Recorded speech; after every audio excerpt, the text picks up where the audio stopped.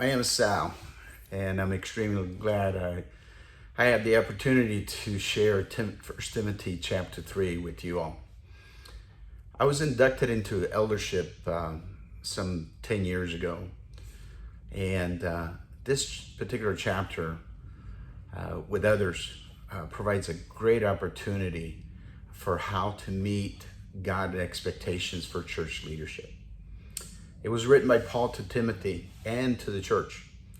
And it said, so you will know how people must conduct themselves in the household of God. This is the church of the living God, which is the pillar foundation of the truth. So it speaks specifically to the elders or overseers and the deacons, which in the overseers or in the elders, the senior pastor is included. It provides qualifications for an overseer. It uses the word bishop, and in the New Testament Greek word, that's episkopos. Epi means over, skopos means watcher. So it also, basically it's overseer. And it speaks of that he desires a good work. Well, this is a good, noble, honorable work, Timothy. So you need to look for good, noble, and honorable men. Spiritual leadership in the church isn't all about titles and honor and glory. It's about work. And Jesus said in Mark 9:35, if anyone desires to be first, he shall be the last of all and servant of all. So what should a bishop then must be? There are specifications throughout the book, throughout the chapter. And we're not going to list them here because we won't have so much time. But what we need to look for is that leaders are not to be chosen random, and not just because they volunteer, nor because they aspire to the position, nor even because they are natural leaders. Instead, they should be chosen primarily on how they match the qualifications listed in the chapter 3.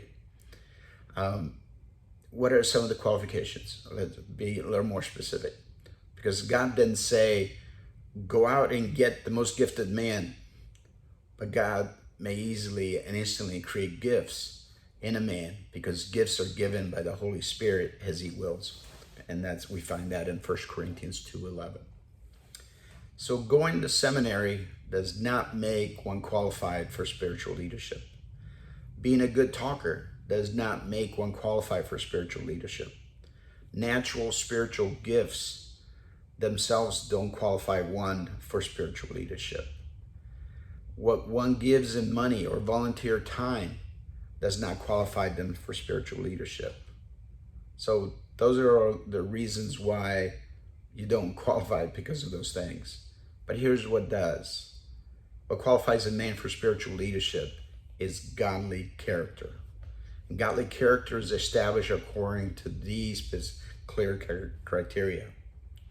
As well, these qualifications are valuable for every person. It's not just for the leaders or those who aspire for leadership. They are clear indicators of godly character and spiritual maturity, and they can give a true measure of a man.